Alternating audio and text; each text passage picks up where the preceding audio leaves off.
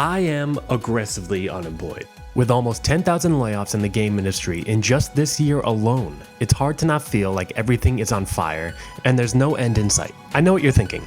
I should be applying to jobs or learning a new skill. No. We make game. But there's a twist.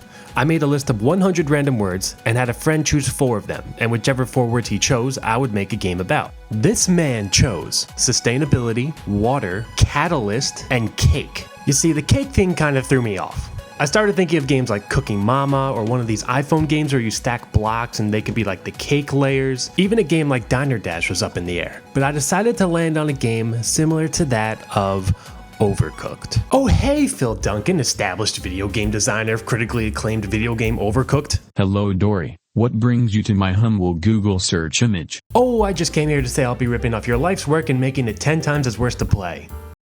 Alright, later. So the idea is you own a bakery on the water and you have to provide cake to your customers to sustain your business. What's the catalyst? Let's just say the catalyst is the capitalism we make along the way. So I started a new Unity project and named it On. And I figured making the art would be a good way to kickstart this project. And by art, I mean blocks. Blocks everywhere. Player, block. Water, wide block. Dock, multiple blocks. Houses where customers perpetually buy cake for eternity, blocks. I also made some ingredients out of spheres, the cake out of cylinders, along with a frosting layer for the cake just being enlarged overlapping cylinders, some tables, and the oven. With the block outdone, it was time to get this little guy running around. One problem, I'm a dumbass and I have no idea what I'm doing. So after following a quick 2D tutorial by BMO, linked to his video in the description, and modifying the code to make it work in the 3-dimensional realm, we have a nice omnidirectional being. And now we also have colliders on everything. Next up is the main thing the player will be doing, which is lift things up and put them down. I added box colliders to every area I wanted the player to interact with and made them all triggers. This way, whenever the player would enter the trigger, I have a bool set to true, and when they exit the trigger, the bool will be set to false. Now you might be asking why do that? Well, it's because I wanted to keep the controls very simple with only one button, which is the spacebar, interacting with everything. So when the player presses the spacebar, the game will see which bool is ticked and will call that respective function. And is most of that code crammed into one if-else ladder in a single script? Maybe. Don't worry about it. Next is the mixing and baking interactions. So once you press space, I have a progress bar that goes up, and after a few seconds the player gets a pan. Then you could bring the pan over to the oven and watch another progress bar go up before you get a cake. Next was adding the frosting. So when the player gets in range of this colored disc, you can change the material color of the section of the cake. I then had to make boat, and how else but with blocks. And of course I had to give the cake a little seat too. So whenever the player gets close to the dock, they can hop in along with the cake and sail around. The next step is to give each house the ability to order a cake, which is basically just a list of ingredients and a frosting color that will pop up over the house in a UI. These orders run on a timer, and if you make the cake and get to the house in time, you can sell it for a profit. But if not, the order will go away and it will reorder after a cooldown. Profit, you say? Why yes, selling a cake gives you $70 and the goal is to get to 500. I also added UI pop-ups over every interaction. This allows some feedback and so the player will know what will happen, because without them it was kind of hard for the player to even know you could interact with any of these things in the first place, unless you're the one that made the game. Once you make $500 in total, a little UI screen will pop up congratulating you, and that'll be the end of the game. Now you might be thinking, wait, hold on. Now you might be thinking this is the end of the video, but instead I have something a little special for you all. Because you see, I didn't just stop there. Okay, no. 3, 2, Oh no.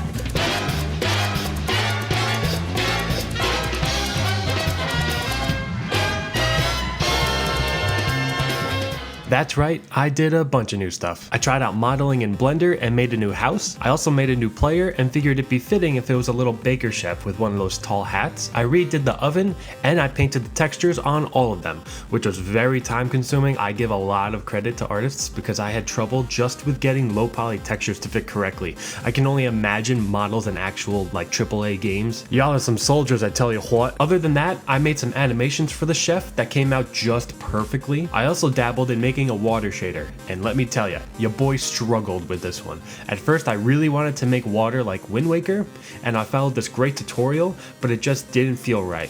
It needed to be more cohesive with the environment, and the Wind Waker style wasn't working for me here, so I was a bit stuck on how I wanted the water to look. That is, until I remembered this mobile game with a duck, and you have to avoid these sharks, and thought the water in that game is so simple yet conveys so much, and luckily I still had it downloaded, so I used that as reference, and I made a little wave texture and made a script that slowly scrolled it over the wide block mesh.